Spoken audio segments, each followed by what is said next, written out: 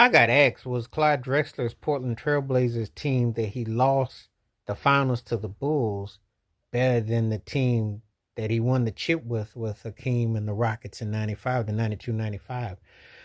That's a good question. And what it would have done for his legacy. Sometimes you get guys who, fortunately for Clyde, he got the three finals. He was 1 and 2 in them. Yeah. Went to three finals, 1 and 2. So he lost to Detroit and lost to Chicago, but he won with Houston against Orlando.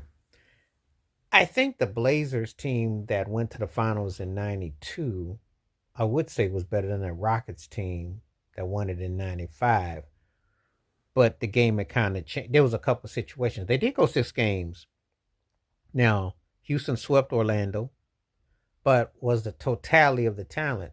Looking at it, what the Blazers had, they had a good team. You got to think they went to 2 finals in the 90s. Clyde went to 3 finals in the 90s. People fail to realize, because see, when you talk about wins and losses, he went to 3 finals in the 90s. Should have been 4. How they lost that 91 Western Conference Finals to the Lakers still baffles my mind. But he did have what you call success. He did have, it's just that sometimes people don't look at the totality when we talk about a career.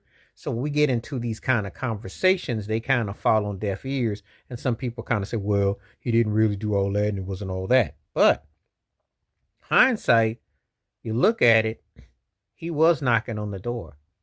Funny thing in that Detroit series, I don't know, I can't remember. It was the defense that was just enough that the Pistons guard play. And I think it was more mental than against Chicago. As great as Jordan was in game 1, the Bulls bench won game 5 with that onslaught. They came from behind. Rick Alderman always had a tendency to always kind of blow certain series. But asking the question, did Clyde Drexler have a better Portland team that lost in 92 than the Houston team that won in 95? Is a good question. Because that Blazer team was something else. It's just that Jordan and them were a little bit better. And Phil Jackson and with Scotty and all that. But if you put that Blazer team in 92 against that Rocket team in 95, who do I think would win in a Western Conference showdown? As great as Olajuwon was playing, and he was out of his mind, you had Kenny the Jet, you had Robert Horry, Mario Elie. You had some people there on that Rockets team. So it all depends on the lineups and the switches.